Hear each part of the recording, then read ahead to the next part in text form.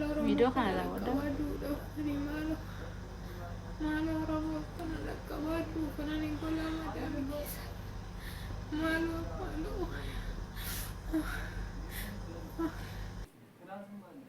Akkuma argitanii video kana mucayyoon kun baay'ee boossi baay'ee bu'aa jirti argaa jirtu baay'ee bu'aa jirti baay'ee garaa nama nyaatti uffata azzanii uffatte maaloo oromoo kun qaqqabattee baay'ee bu'aa jirti dhugaa dubbachuuf akkuma agartan jechuudha beeyesuus Kiristoos waaqayyo ishii haa qaqqabu harki namaatii gaditti kan dursee nama qaqqabuu danda'u waaqayyoodha.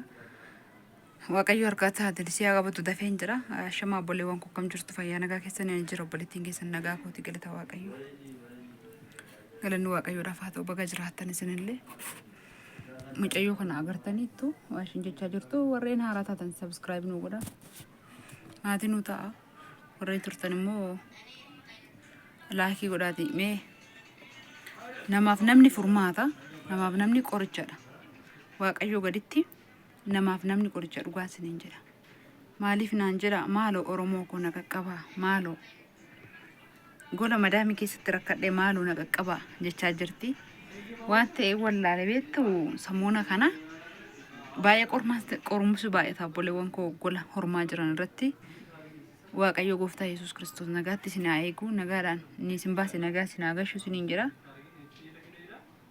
baay'ee ulfaata dhugaa waaqayyo dubbachuudha.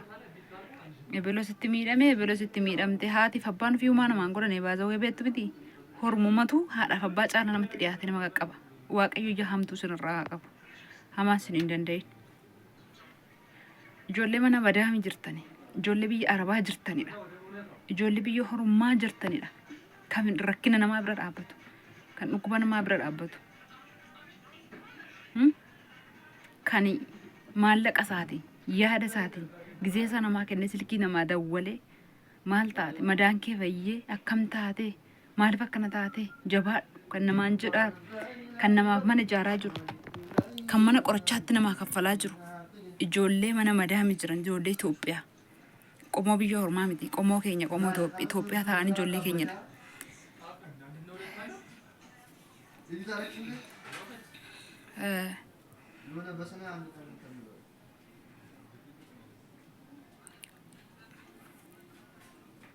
Naaf kalchaa baay'ee natti ta'u dhaga'amuun dubbadha. Na dhukkubsa. Bode wajjin dhalatta miti sin bukkee dhaabatu. Ijoollee mana madaami jirtutu qoricha warqii namaaf ta'ee jira. Nama bukkee dhaabata. Waaqayyo ija hamaa sinirraa qaba ijoollee biyya ormaa jirtan. Iji hamaa sin hin danda'in. Arrabni madaamota sin hin danda'in. Waaqayyo araara sin haa godhu. Samoona kana wanti dhaga'ama sittee beluu kana taate sittee beluu miidhamteedha. Asirraan yoo wanni tokko laaltan asirraan hin bo'u ijoolleen asirraan hin bo'u ijoolleen waanuma argaa jirtan tiktookii irraa hin agartu waan ta'eedhaaf dhugaa dubbachuu baay'ee namatti dhaga'ama. Baay'ee tokko namatti dhaga'ama baay'ee tokko nama dhukkubsa. Waaqayyo araara isin haa godhu obboleewwan koo nunumaa isin hin goonu biyya ormaa jirtu isin waan isin gochuuf mallu yoo jiraate. Sini eebbasnaa isin kadhanna waaqayyo sin bukkee haa dhaabatu. Allaan sin bukkee haa dhaabatu ergamaa isaa ergee waaqayyo sin bukkee haa dhaabatu. Akka hamaan sin hin dandeenye. Obboleewwan baay'een asitti du'anii hafanii asitti fayyaa akkana ta'anii asitti akkana ta'anii jedhu. Baay'inaan immoo obboleewwan keenya wanni nu miidhu maallaqa fuutanii mana tokkotti hin darbiinaame mee haafu maallaqa asitti yookaan abbaa manaa keessantu sin nyaata yoo ta'e irratti hin ergiinaa. Daaspooraa akkaawuntii kan jedhu jira baafadha. Sini haa baasistu madaami. Isuma irratti gashattu achuma biyyuma jirtan jiraattanii abbaa manaa keessa yoo sin nyaate. Yoo madaamiin keessan immoo kana sin ajajamtu ta'e horma irratti ergadhaa hormi sin nyaachuullee wayya. Yoo kana immoo hin ta'u ta'e nama amantan tokko namantu yoo ta'e maallaqa irratti ergitanii naa kaa'in jedhii naaniiti nama amantan tokko. Dhaqi waan akkanaa ilaali waan akkanaa hin jira jedhanii naa biti naa kaa'i naa biti jedhaati irratti ergaa nama amantan yoo jiraate hormuma ta'e namni sin amantan biddeen nama qubsuma soo biratti beekaadha miti oromoo sirriidhuma dhugaadhuma jedhan mammaaksa miti wannichi dhugaadha. Ana to haati koo yeroo na bira jirtu sana biddeen xiqqoo eegan dhufuute irbaata ta'e bisaa ta'e yaadadhu ወይ kan manyaanne quufna inde na yaadadha yurbaatu mala anumatu toshee biddeen gaafsan tosheetanii dhaqnee gaddee dhabnaan ciisee isheen nu fuutee irbaata way adoo koo kanuma nyaannaan jedhe utuu nyaatii sassattaa naan jette sirriidha tu harka koo ittiin dhiicatii masoo biratti namaa gala biddeen nama quubsu hormuma ta'ee kan isin hin nyaanne hin jira Itoophiyaa ta'ee horma ta'ee kan isin hin nyaanne hin jira wayi lafa bitiitii naa kaa'i jedhaanii yookiin mana xiqqoo ishee bitii naa kaa'i jedhaanii yookiin immoo amanamummaadhaan mallatteessisaati rikoordii qabaate sagalee inni isiniif maallaqa sana gaafa isin harkaa fuudhu namni tormaa sun jechuudha. Sagalee isaa rikoordii waraabadhaa ol kaa'aati baajaaji biti qixxee naaf kenni jedhaani amanamummaadhaan namuma hormis naa nyaatu sababiin kana jechaa jiruufis sababa obboleewwan keessan si nyaata yookiin dhirsi keessan si nyaate yookiin immoo birrii kana baattanii mana tokkotti dabartanii miidhaan isin irra gahaa jiruufi innan kana dubbachaa jiru dhiifama naa godhaa onnee waan hin dubbadheef waan natti dhaga'amuuf dhugaa waaqayyooti natti dhaga'ama akkamitti itti dhaga'ama jettu akkamitti akka dhufe hin beeka wanta baay'ee nama marara biyya ormaatti uffannaan nama marara nyaanni nama marara dhiqachuun humaa miti akka isaaniitti uffatanii dibatanii uffannumti bijaamaa miti asii gadi kaawwatan shurraabii miti shiyyartoo isin ganarratti argitan kun nama mararti biyya ormaatti sababni isaa sa'aatiin itti uffatan hin jiru argeera waan ta'eef ganama 12 uffadhaa gala halkan keessa sa'aatii 5-6 ofirraa baasaa ture yuunifoormii sinii galee kanaaf natti dhaga'ama kanaaf na dhukkuba waan keessan wanumaa sinii gochuu baadhee illee naan kooti sammuu koo baay'ee sinii yaada waaqayyo ammayyuu nan jedha jahamaa sanirraa qabu maallaqa baattanii mana madaamii hin seenina mana madaamii tokko baadhaa immoo seenaa wayin siditti maa baadhaati seenaa si fayyada viidiyoo kana dhaggeeffadhaa baadhaa immoo dhaqaa akkaataatti baatantu jira birrii namatti baffutsuma too sirraan bita sirraan gadhasii gadii kan sin qalan namatti ni miina kabirri baattanii mana madaamii biiroo galtanii biiroo keessa mana madaamii dhaqxan ini miina eenyutti ni miina Itoophiyaadhuma achi anumti kun achi jiraadhe kenni maallaqa keessiin kaa sarratanyaa kan biraatu jira yookaan madaamiin qodaa kee gurgurti yoon siniin jedhe anumti kun achi jiraadhe lakki jedhaanii har'a dhuftanii waan ta'eef nan barre ishee ani duraan mana sana hojjechaa jira isin har'a addisii dhuftanii yookaan sidaatiidhaan dhuftanii yookaan ani immoo biyya galuufanii ji'a 2-3 sin bukkee ture kanaaf dhuftani sin fudhatte ta'a lakki naan jedha sababa isaa sinittan hima sababni isaa maali yoo jettanii birriin akkaataatti baattatan jira birriin mana biyya ormaa zimmettaniituma birriin qaba amma nan qaba akkas bilxii taasinis qarooma lubbuu keessanis hin dhabiina maallaqa keessanis hin dhabiina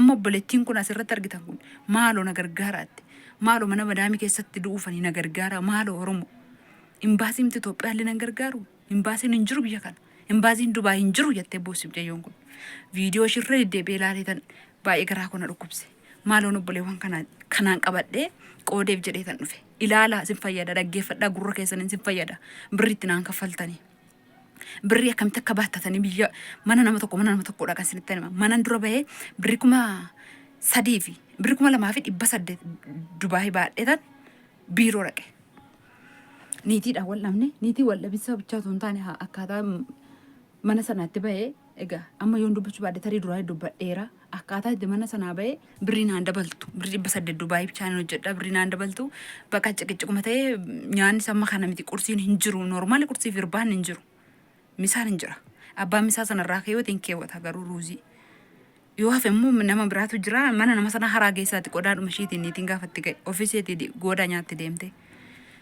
birrii kanatu mana ol kaa'u nan ergu guyyaa 21 naa ta'e gaaf guyyaa 30 wayin tokko 2-3 itti naa kanatti akka feetetti ishii irraa qabu kanatti dabaleen ishii 28 harka jirtu kana wajjin ergachuufani ji'a 3 nan ergadha itoon isaan fudhatiin hankaakee uffatumti jiidhaan tokko see ol kaa'eedha akka carraa uffata xiqqashuu tokko jiidhaa wayin kaa'ee tisheertii mucaashiiti makiinaa 3 qaba mucaan sun tisheertii san uffatee sa'aatii 11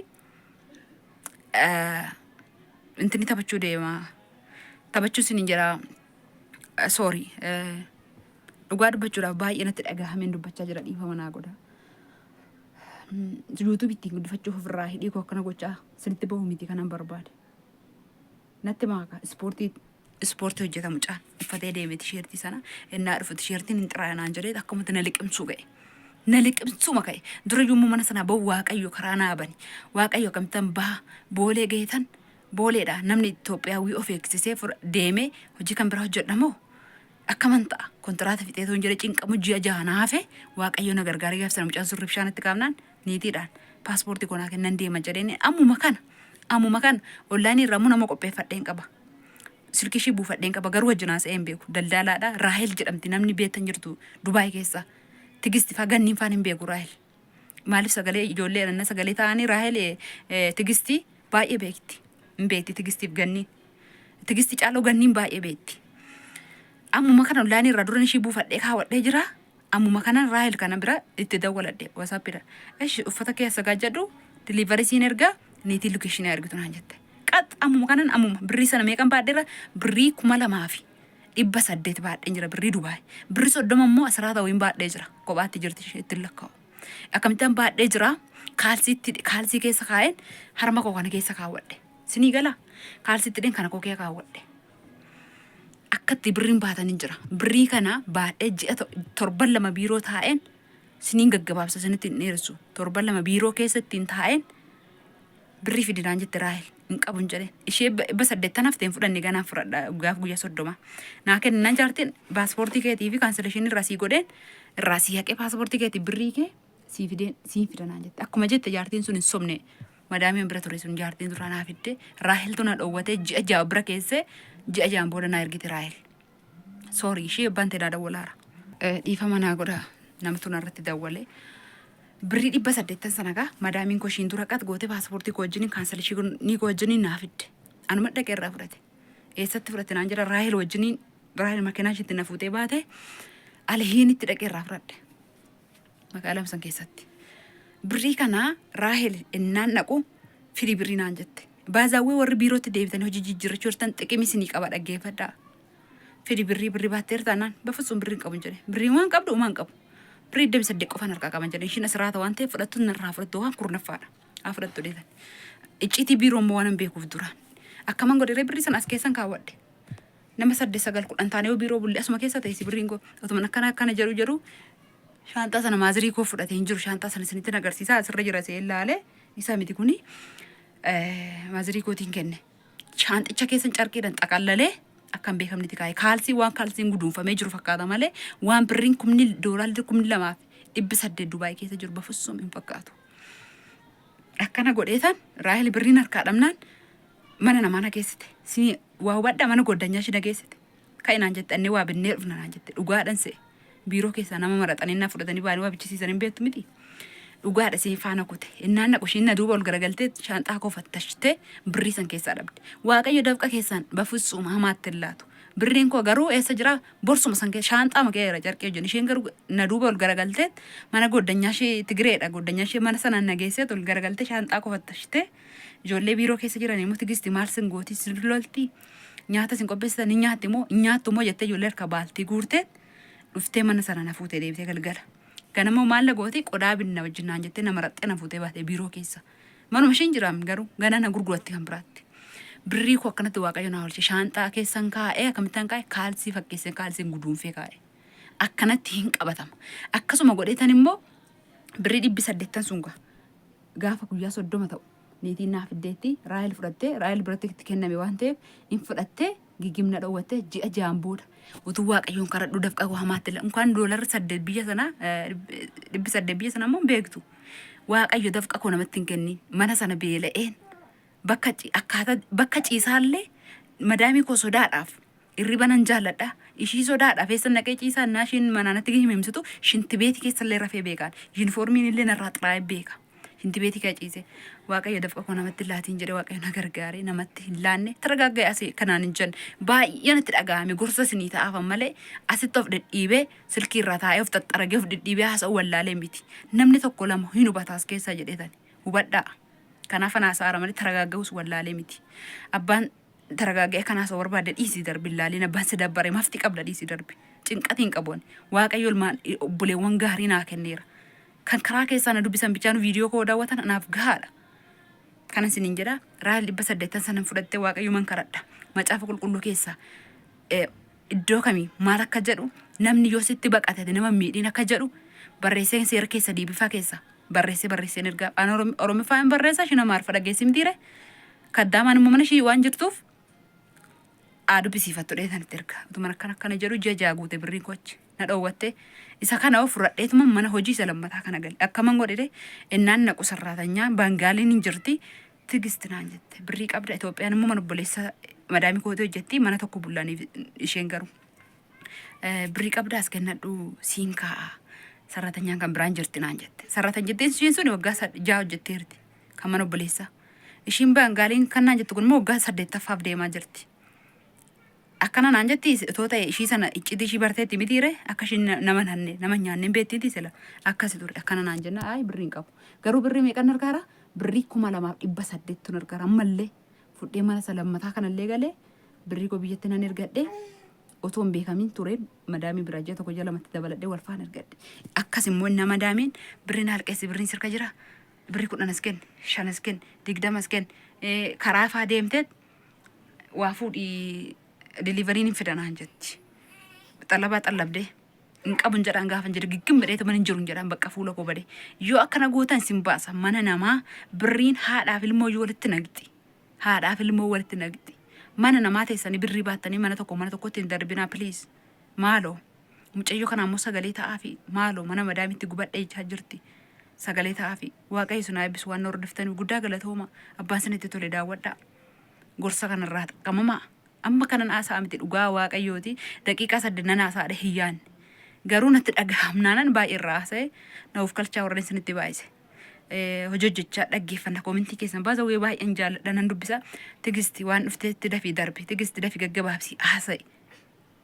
hojjechaa si dhaggeeffanna koomentii jedhus hinuma dubbisa utuun jaallatiinan aasaa dheeressa waanan simmeetii kee galuuf waanan bakka dhukkubbii san keessa galuuf sinan jaalladha yoon dogoggore dhiifama naa godhaa.